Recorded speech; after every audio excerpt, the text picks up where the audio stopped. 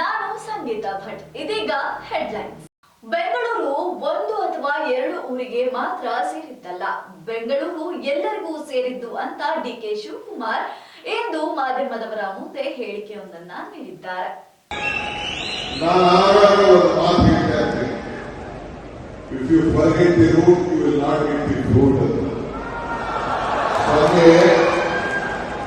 ನೀವು ನಿಮ್ಮ ಪರಂಪರೆ, ನಿಮ್ಮ ಭೂಮಿ, ನಿಮ್ಮ ಭಾಷೆ, ನಿಮ್ಮ ಸಂಸ್ಕೃತಿ ಉಳಿಸಿಕೊಳ್ಳಲಿಕ್ಕೆ ಇವತ್ತು ನೀವೆಲ್ಲ ಹಿರಿಯರು ಈ ಕುಂದಾಪುರದ ಕನ್ನಡ ಹಬ್ಬವನ್ನ ಬೆಂಗಳೂರಿನಲ್ಲಿ ಆಚರಣೆ ಮಾಡಿ ನಿಮ್ಮ ಸಾಂಸ್ಕೃತಿಕವಾದ ಕಲೆಯನ್ನ ಎತ್ತಿ ತೋರಿಸ್ತಾ ಇದ್ದೀರಿ. ನಾನು ಅನೇಕ ಸಂದರ್ಭದಲ್ಲಿ ಒಂದು ಮಾತು ಕೂಡ ಹೇಳಿದ್ದೇನೆ, ದೇವರು ಬಲವನ್ನು ಕೊಡುವುದಿಲ್ಲ, ಶಾಪವನ್ನು ಕೊಡುವುದಿಲ್ಲ, ಅವಕಾಶ ಮಾತ್ರ ಕೊಡ್ತಾರೆ ಅಂತೇಳಿ.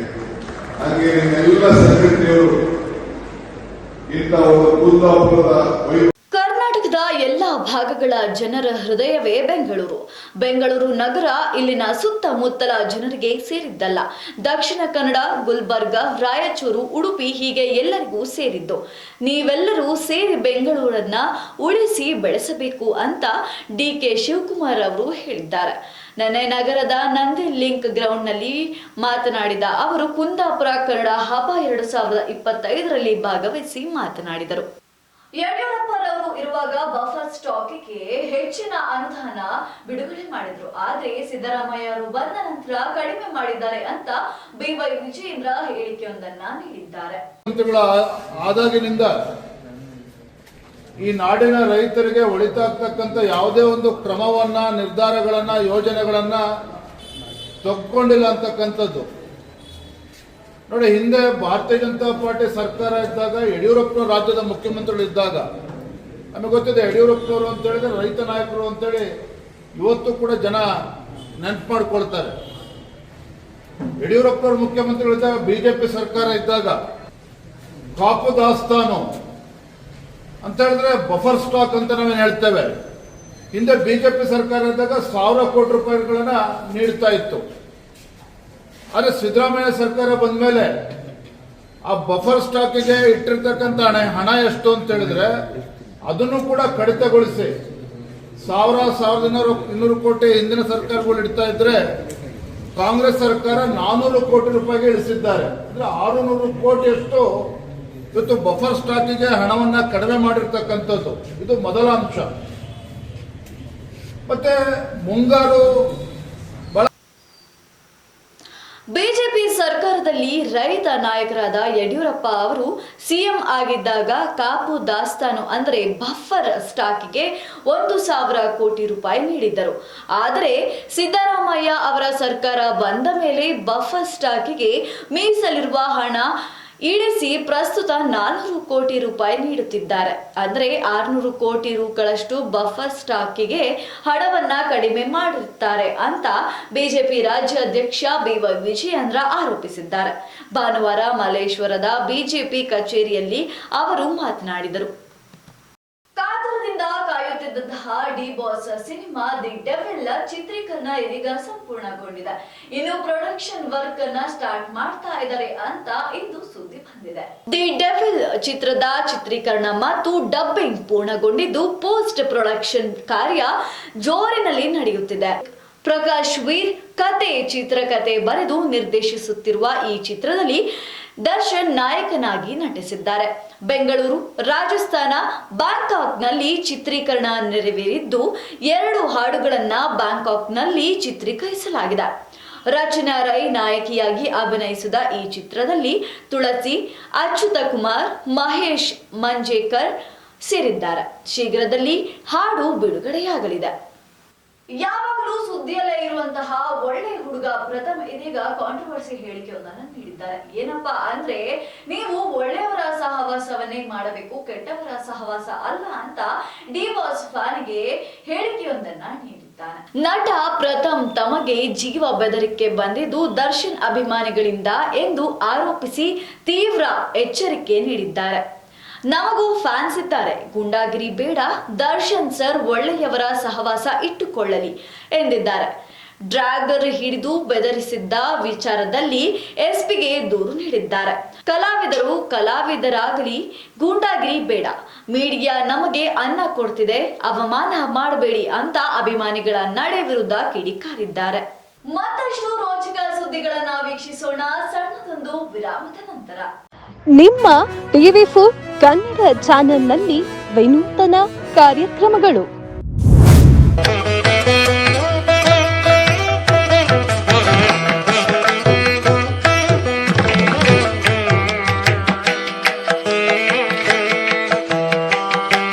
ನಿಮ್ಮ ದೇವಸ್ಥಾನದ ಬಗ್ಗೆ ಸಂಪೂರ್ಣ ಮಾಹಿತಿ ನೀಡುವ ಕಾರ್ಯಕ್ರಮ ದೇಗುಲ ಮಹಿಮೆ.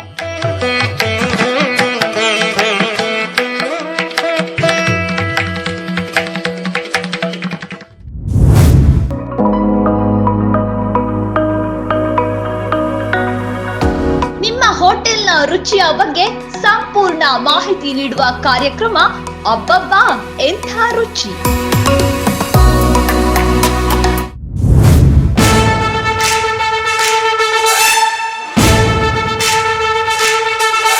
ಸಮಾಜ ಸೇವಕರ ಬಗ್ಗೆ ಜನತೆಗೆ ತಿಳಿಸುವ ಕಾರ್ಯಕ್ರಮ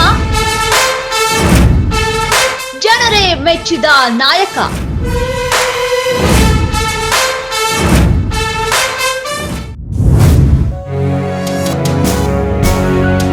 ಕನ್ನಡ ಚಲನಚಿತ್ರಗಳ ಬಗ್ಗೆ ಸಂಪೂರ್ಣ ಮಾಹಿತಿ ನೀಡುವ ಕಾರ್ಯಕ್ರಮ ಫಿಲ್ಮಿ ಚಿಟ್ ಚಾಟ್.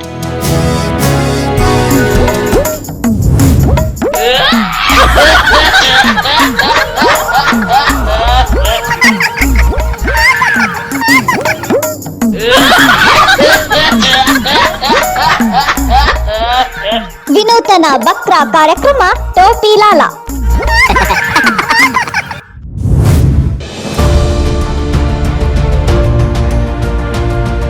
ನೇರ ಜನರ ಮಾತು TV4 ಕನ್ನಡ ಚಾನೆಲ್ನೊಂದಿಗೆ ವಿಶೇಷ ಕಾರ್ಯಕ್ರಮ ಪಬ್ಲಿಕ್ ರೌಂಡ್ ಅಪ್.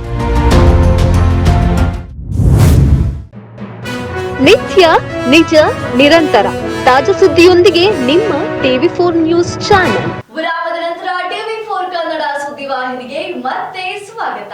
ನಿನ್ನೆ ನಮ್ಮ ಪ್ರಧಾನಿ ಮೋದಿಯವರು ಪಂಚೆ ಶಲ್ಯ ಉಟ್ಟು ಗಂಗೈಕೊಂಡ ಚೋಳ ದೇವಸ್ಥಾನಕ್ಕೆ ಭೇಟಿಯನ್ನ ನೀಡಿರುವುದು ಎಲ್ಲರಿಗೂ ಅಚ್ಚರಿಯನ್ನ ನೀಡಿದೆ. ಇಂಥ ವಿಡಿಯೋ ಇದೀಗ ಸಾಮಾಜಿಕ ಜಾಲತಾಣದಲ್ಲಿ ವೈರಲ್ ಆಗ್ತಾ ಇದೆ.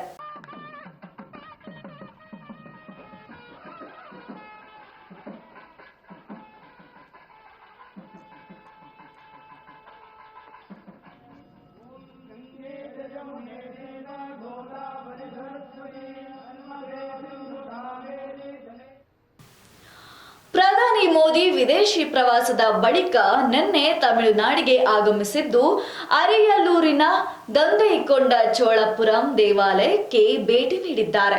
ಚೋಳ ಚಕ್ರವರ್ತಿ ರಾಜೇಂದ್ರ ಚೋಳ ಅವರ ಜನ್ಮ ವಾರ್ಷಿಕೋತ್ಸವದ ಹಿನ್ನೆಲೆ ದೇವಾಲಯಕ್ಕೆ ಆಗಮಿಸಿದ ಅವರು ಪೂಜೆ ಸಲ್ಲಿಸಿ ಗೌರವ ಸಲ್ಲಿಸಿದರು.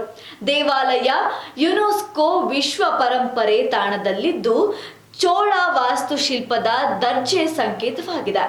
ಮೋದಿ ಪಂಚೆ ಶಾಲು ತೊಟ್ಟು ಸಾಂಪ್ರದಾಯಿಕ ಉಡುಗೆಯಲ್ಲಿ ಮಿಂಚಿದ್ದಾರೆ.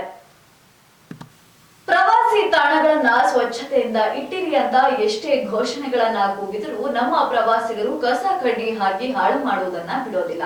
ಇದಕ್ಕೆ ಸರಿಯಾಗಿ ವಿದೇಶದಿಂದ ಬಂದಂತಹ ಪ್ರವಾಸಿಯೊಬ್ಬ ಕಸ ಹಾಕಿದ್ದನ್ನ ಎತ್ತಿ ತನ್ನ ಕಿಸೆಯಲ್ಲಿ ಇಟ್ಟುಕೊಳ್ಳುವ ಮೂಲಕ ಅರಿವನ್ನ ಮೂಡಿಸಿದ್ದಾನೆ.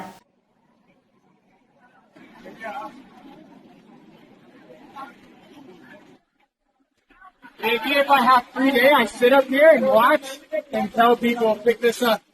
Yeah. I'll do that. I have no problem telling someone. That's a good word. Himachal ಪ್ರದೇಶದ ಕಾಂಗ್ರಾದಲ್ಲಿ ಜಲಪಾತ ನೋಡಲು ಬಂದಿದ್ದ ವೇಳೆ ವಿದೇಶಿಗರು ಪ್ರವಾಸಿ ತಾಣದಲ್ಲಿ ಬಿದ್ದ ಕಸವನ್ನ ಹೆಕ್ಕಿ ತನ್ನ ಜೋಬಿಗೆ ಹಾಕಿಕೊಂಡಿರುವಂತಹ ಘಟನೆ ನಡೆದಿದೆ. ಈ ಮೂಲಕ ಸ್ವಚ್ಛತೆಯ ಕಡೆಗೆ ಗಮನ ನೀಡಿದ್ದನ್ನ ತಿಳಿಸಿದ್ದಾನೆ. ಸೋಷಿಯಲ್ ಮೀಡಿಯಾದಲ್ಲಿ ಈ ವಿಡಿಯೋ ಸಖತ್ ವೈರಲ್ ಆಗಿದೆ. ಸ್ಥಳೀಯ ಪ್ರವಾಸಿಗರು ನಾಚಿಕೆ ಇಲ್ಲದೆ ಇಂತಹ ಅದ್ಭುತ ಸ್ಥಳಗಳಲ್ಲಿ ಕಸವನ್ನ ಹಾಕುತ್ತಿದ್ದಾರೆ.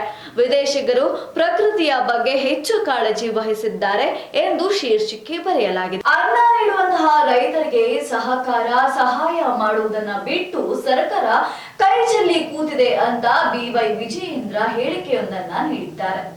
ಈ ನಾಡಿಗೆರಡು ತುತ್ತು ಅನ್ನವನ್ನ ಕೊಡ್ತಕ್ಕಂಥ ರೈತ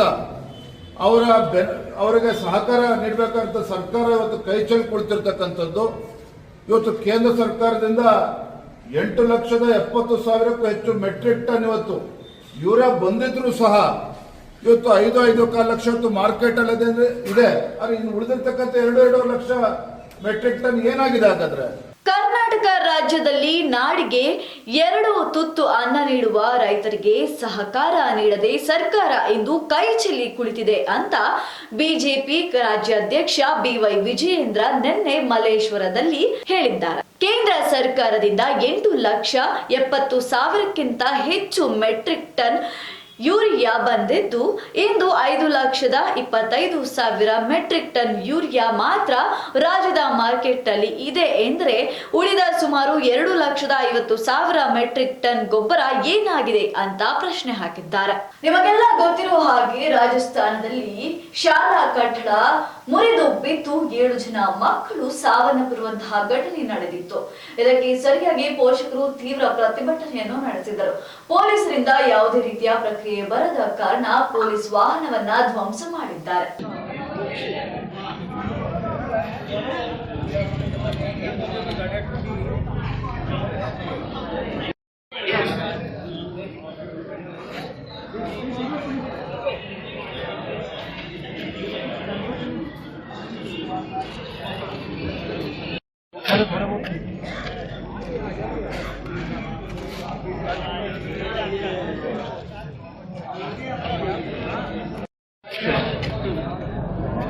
ರಾಜಸ್ಥಾನದಲ್ಲಿ ಶಾಲಾ ಕಟ್ಟಡ ಕುಸಿತದಿಂದ 7 ಮಕ್ಕಳು ಮೃತಪಟ್ಟ ಬಳಿಕ ಪೋಷಕರು ತೀವ್ರ ಪ್ರತಿಭಟನೆ ನಡೆಸಿದ್ದಾರೆ. ಪಿಪ್ಲೋಡಿ ಶಾಲೆಯಲ್ಲಿ ಮೇಲ್ಛಾವಣಿ ಕುಸಿದು ಈ ದುರ್ಘಟನೆ ಸಂಭವಿಸಿತ್ತು.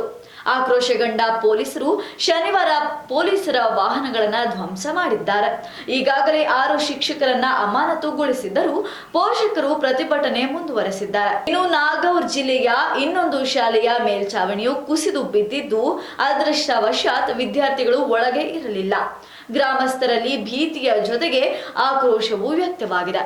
ಇವಿಷ್ಟು ಇವತ್ತಿನ ಪ್ರಮುಖ ಸುದ್ದಿಗಳು. ನಿತ್ಯ ನಿಜ ನಿರಂತರ ಸುದ್ದಿ ಹಾಗೂ ಮನೋರಂಜನೆಗೆ ವೀಕ್ಷಿಸಿ TV4 ಕನ್ನಡ ಸುದ್ದಿವಾಹಿನಿ. ನಾನು ಸಂಗೀತ ಭಟ್.